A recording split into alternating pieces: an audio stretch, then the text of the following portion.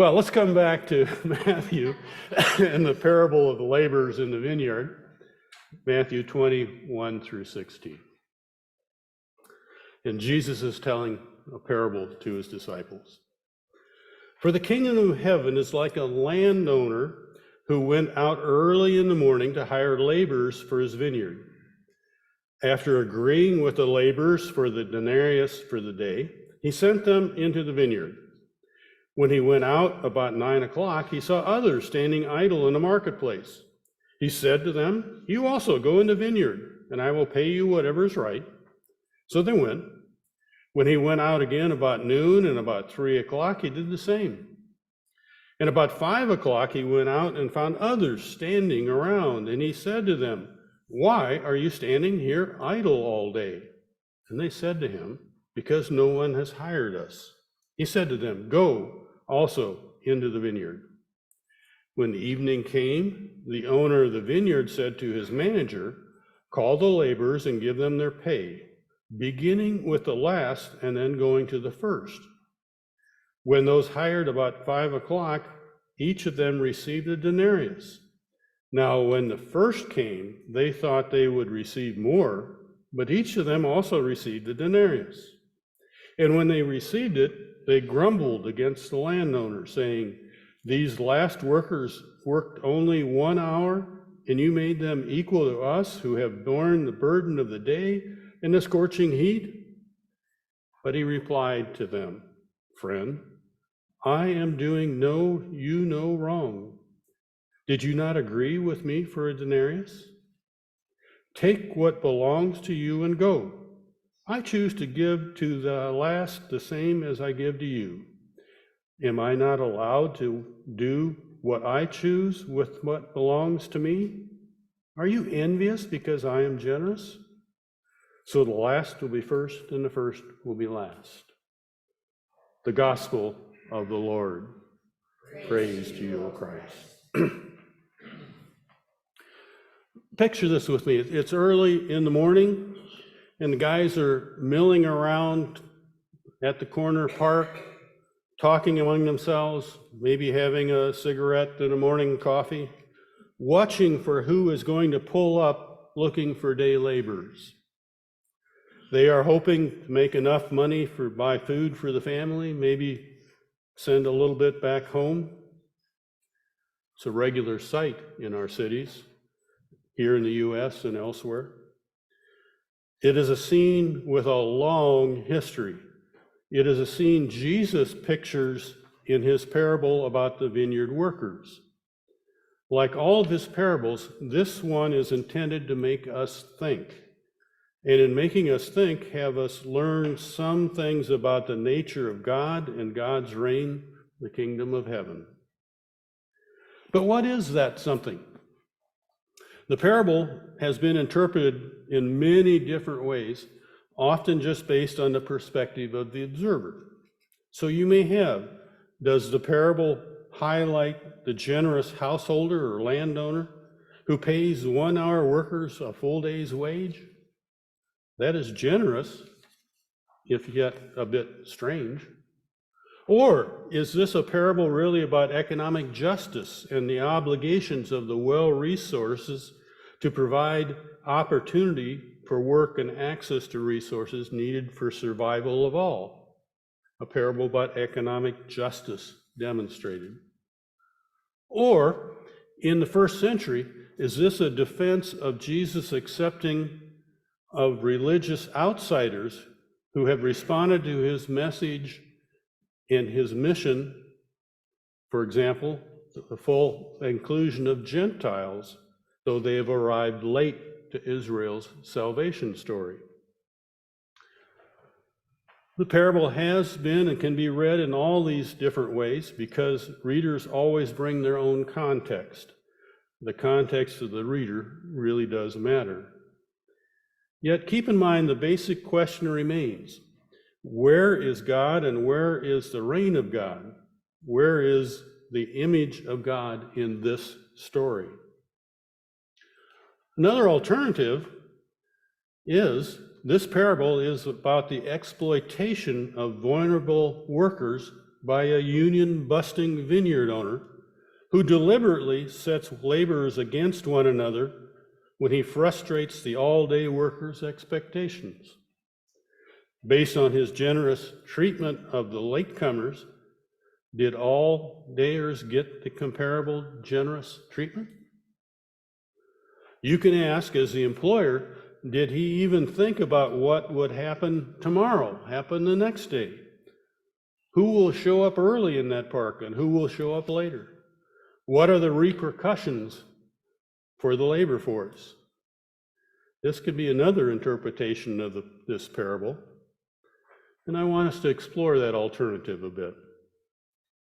For me, and I expect for many of you, the actions of the landowner offends your sense of fair play, much as my handing out candies in not equal marks and not to everyone. For me, I suspect the actions of the landowner offend my sense of fair play. Even though the workers who worked all day received exactly what they had agreed to, it just does not seem fair. Those all-day workers remind me of persons in a different parable, the elder son or elder brother in the parable of the prodigal son. Recall his complaint against his father? I have been working like a slave for you, yet you killed the fatted calf for him? Sounds a lot like the laborers of the all-day category. We who have borne the burden of the day in the scorching heat.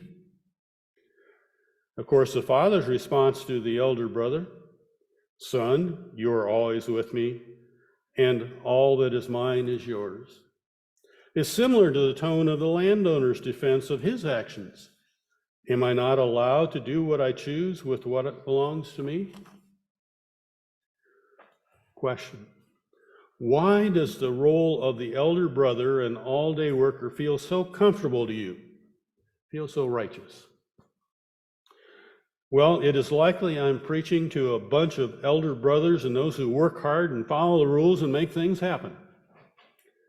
That therefore supplies your context for this particular parable. And we need to recognize our own context. Again, as Stanley Saunders has warned us, we should always be deeply suspicious of any simple allegoric interpretation of one of Jesus' parables. In particular, when it turns out in favor of Christians at the expense of Israel, a story of God favoring the new Christians over the reluctant traditional Israelites. Parables are meant to free us from our cultural shackles and self-deceptions, meant to enable us to discern more clearly how the world works and how God works in the world. I want to follow that train of thought on this particular parable that I started. Instead of immediately replacing the landowner with God, we should read the story on its own merits, its own terms, as a straightforward account of interactions between the landowner and the day laborers who work for him. Maybe think about this as an article you might read in the Delaware Gazette or the Columbus Dispatch, if you just happen to continue to subscribe to either of those. Yes, you are tempted to fall back and see the landowner in a God-like terms, likely because he has power. After all, he is the one who hires the workers all day during the day and pays them all the same, not per hour, the same total pay, independent of time worked.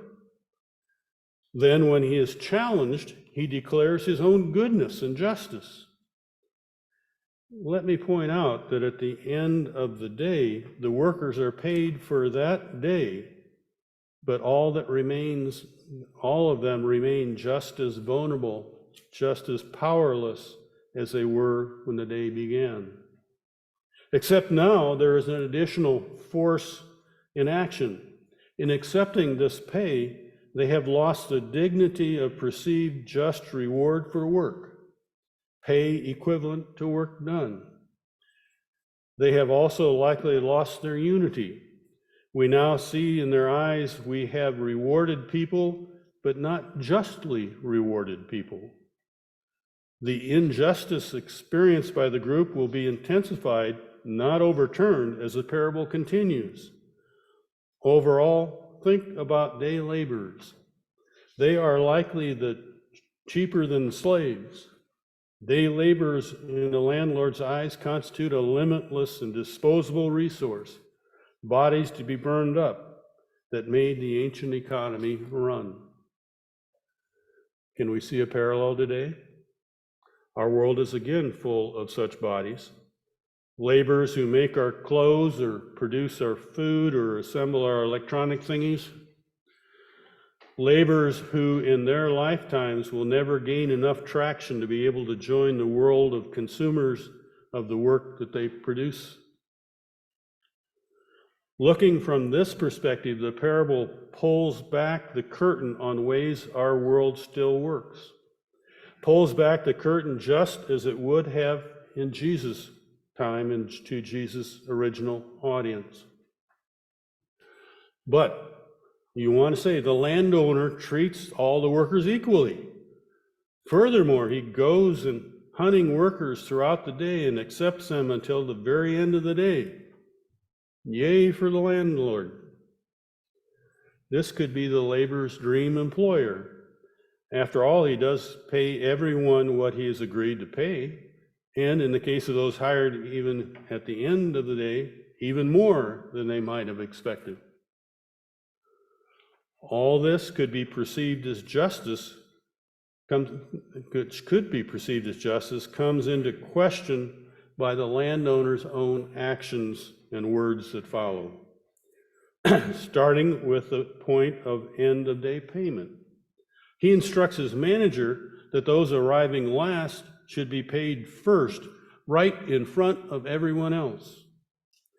This process serves no apparent purpose other than to make his gesture of, quote, equal treatment highly evident to those who worked all day. If the goal was to create equality among the workers, could the landlord not do so without this most public display?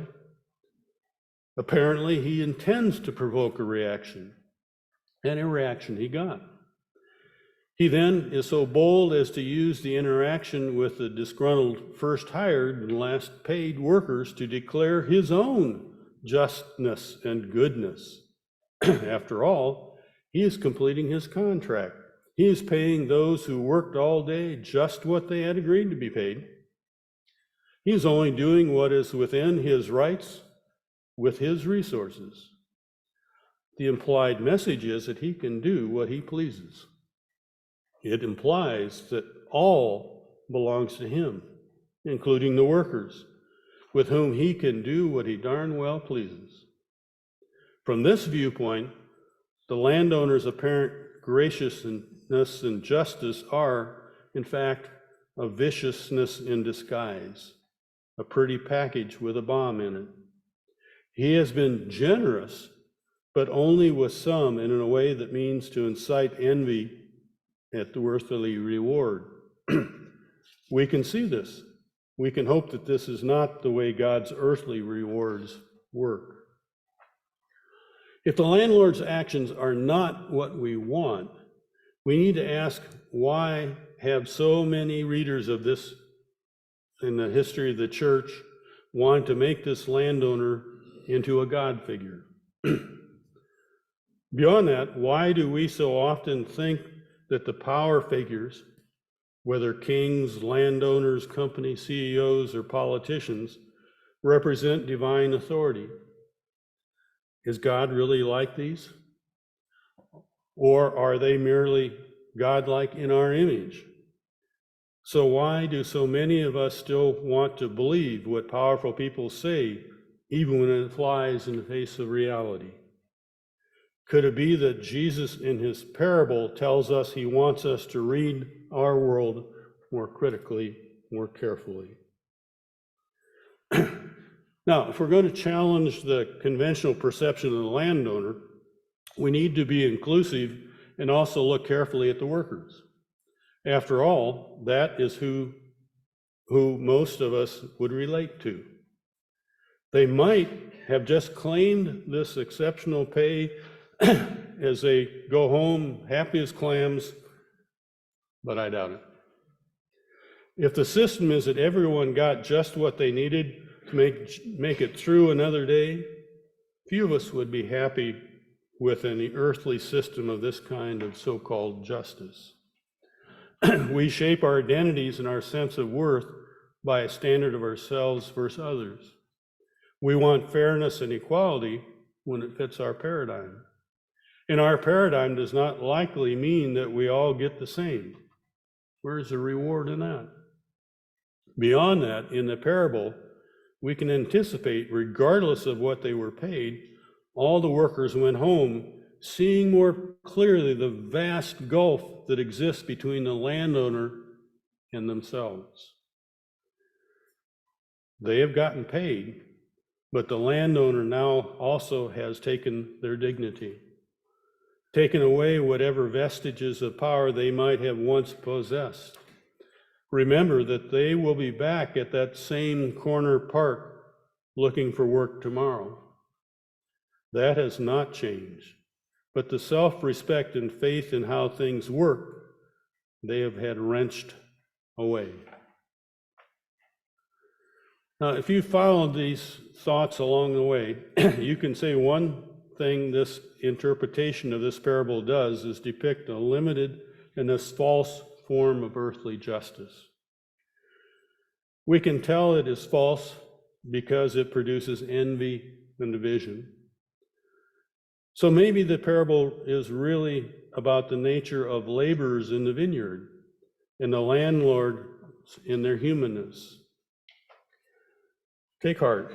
If this is dark, we may go to other parables to highlight the generosity of God. As the ultimate landowner, we can be assured God will use what has always belonged to the Creator for good of all. This will happen even though by this one parable we have our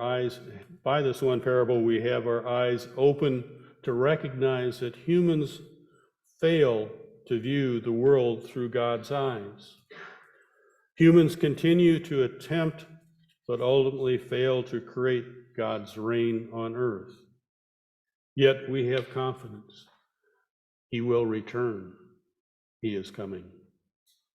Amen.